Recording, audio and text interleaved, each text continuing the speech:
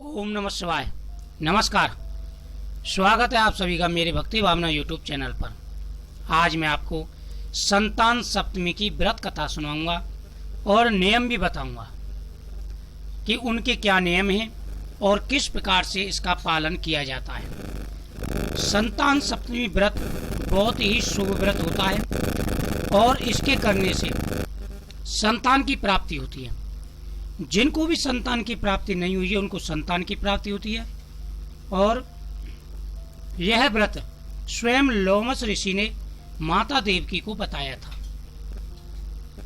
इस संतान सप्तमी की व्रत कथा सुनने से भी बहुत बड़ा पुण्य मिलता है और मनोकामना पूरी होती है। इसमें भगवान शिव और माता पार्वती जी की पूजा की जाती है, भगवान कृष्ण की भी पूजा होती है और मनोकामना के लिए भगवान से प्रार्थना करते हैं। अब मैं कथा पूरी सुनाऊंगा, कथा को पूरा सुने, अधूरा ना छोड़े। एक समय भगवान श्री कृष्ण युधिष्ठिर से बोले कि हे युधिष्ठिर, मैं तुम्हें बहुत ही अच्छा व्रत बता रहा हूं। यह व्रत संतान की प्राप्ति कराने वाला, जिनको भी संतान की प्राप्ति नहीं होती है उनको संतान की प्राप्ति होती है। इस दिन पूरे ब्रह्मचर्य और नियम के साथ में यह व्रत रखना चाहिए और झूठ नहीं बोलना चाहिए। हे युधिष्ठिर, एक बार मथुरा में माता देवकी और पिता वसुदेव बैठे हुए थे, तभी लोमस ऋषि आ गए। लोमस ऋषि ने माता देवकी से कहा कि हे देवी, तुम्हारे कई पुत्रों का कंस ने अहित किया है। इस संतप से तुम बहुत दुखी हो।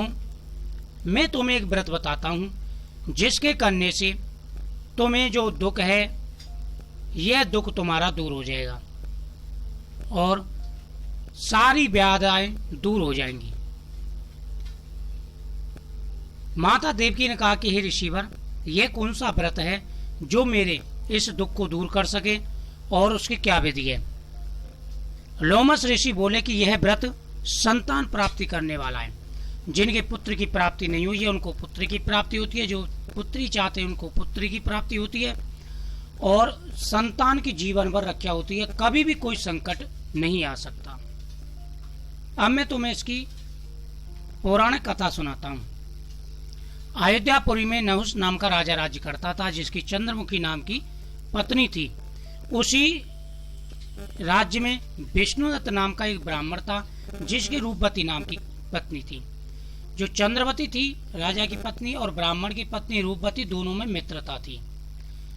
तो एक बार दोनों किसी नदी पर स्नान करने गईं। वहां पर उन्होंने देखा कि जो पहले से स्त्री गई हुई थी वह स्नान कर रही थी और उन्होंने वहीं पर बालू का शिवलिंग बनाया, मिट्टी का शिवलिंग बनाया, जिसे पार्थिव शिवलिंग भी कहते हैं, और उन्होंने भगवान शिव और माता पार्वती की पूजा की। यह रानी और ब्राह्मणी यह सब देख रही थी। उन्होंने उनसे पूछा कि तुमने ये क्या किया था, इसके करने से क्या फल मिलता है। उन्होंने कहा कि यह संतान सप्तमी का व्रत है। हमने भगवान विष्णु का आह्वान किया और माता पार्वती और शिव जी का पूजन किया। इसके करने से हमें संतान की प्राप्ति होगी और हमारी जो भी संतानें हैं उनकी रक्षा होगी, उनके ऊपर कभी कोई संकट नहीं आएगा। तो रानी और उस ब्राह्मणी ने भी व्रत का संकल्प किया और एक चीज का ध्यान रखो, जो संकल्प हो जाता है तो वह कार्य पूरा करना पड़ता है। राजा बलि ने भी संकल्प किया था तो उनको पृथ्वी दान देनी पड़ी थी।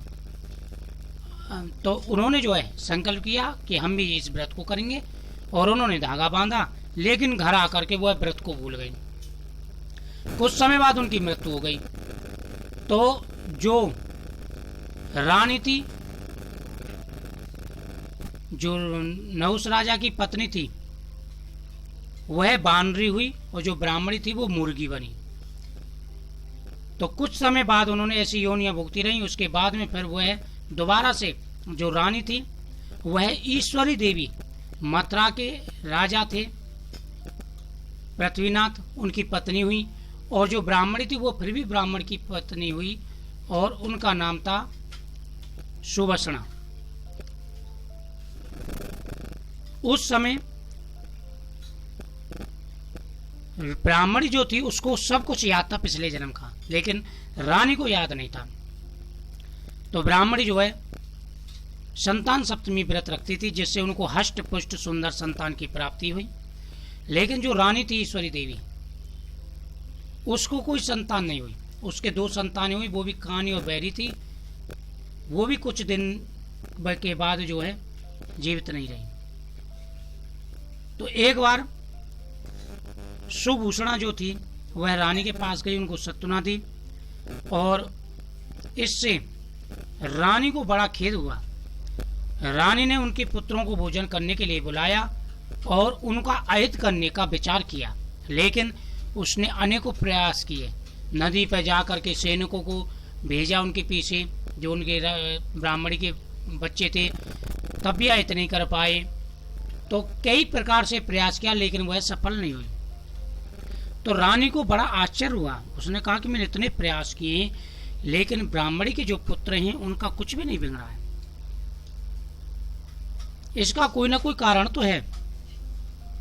तो उन्होंने जो है ब्राह्मणी को बुलाया और रानी ने सारी बात बताई कि मैंने तुम्हारे पुत्रों को अहित करने की विचार किया, लेकिन फिर भी उनका अहित नहीं हुआ। इसका कारण क्या है? तो जो सुभूषणा थी, ब्राह्मण की पत्नी थी, उसने कहा रानी तुम्हें याद नहीं है हम पिछले जन्म में कौन थे? तुम भी पिछले जन्म में राजा नहुस की पत्नी थी और मैं भी ब्राह्मण की पत्नी थी। तो हम पर यह व्रत बिगड़ गया था, जो संतान सप्तमी का व्रत है, जिससे भगवान शिव रुष्ट हो गए और हमको दंड दिया। अब फिर आपको याद नहीं है, मुझे याद है, मैं व्रत करती हूँ, तो भगवान शिव मेरी संतान की रक्षा करते हैं, आप कैसे अहित कर सकती हैं? रानी को बड़ा वो आश्चर्य हुआ। उन्होंने कहा कि मुझे उसकी विधि बताइए। ब्राह्मण की पत्नी ने संपूर्ण विधि बताई कि किस प्रकार से भगवान शिव और पार्वती की पूजा की जाती है और उससे वरदान मांगा जाता है। यह व्रत संतान के लिए होता है। तो रानी ने यह व्रत विधि विधान से किया। उसके बाद में रानी के 8 पुत्र हुए और वह दीर्घजीवी हुए और रानी संपूर्ण सुख भोग करके आखिर में जो भगवान विष्णु के, भगवान शिव के धाम को गई। तो यह व्रत बहुत ही अच्छा व्रत है। इसके करने से हर मनोकामना पूरी होती है, लेकिन इस व्रत को पूरे निष्ठा और पूरे लगन के साथ किया जाता है। इस व्रत के करने से हर मनोकामना पूरी होती है, हर इच्छाएं पूरी होती हैं। व्रत अगर लगन पूर्वक किया जाए तो उसका फल जरूर मिलता है। इस दिन भगवान सूर्य देव की पूजा का बड़ा महत्व है। इस दिन भगवान सूर्य देव को जरूर अर्घ देना चाहिए। सूर्य देव को अर्घ देने से हर मनोकामना पूरी हो जाती है। और इस दिन सूर्य षष्ठी भी मनाते हैं। तो इसलिए सुबह स्नान करके पहले गणेश जी के भगवान के नाम से शुरुआत करें, फिर आप जो है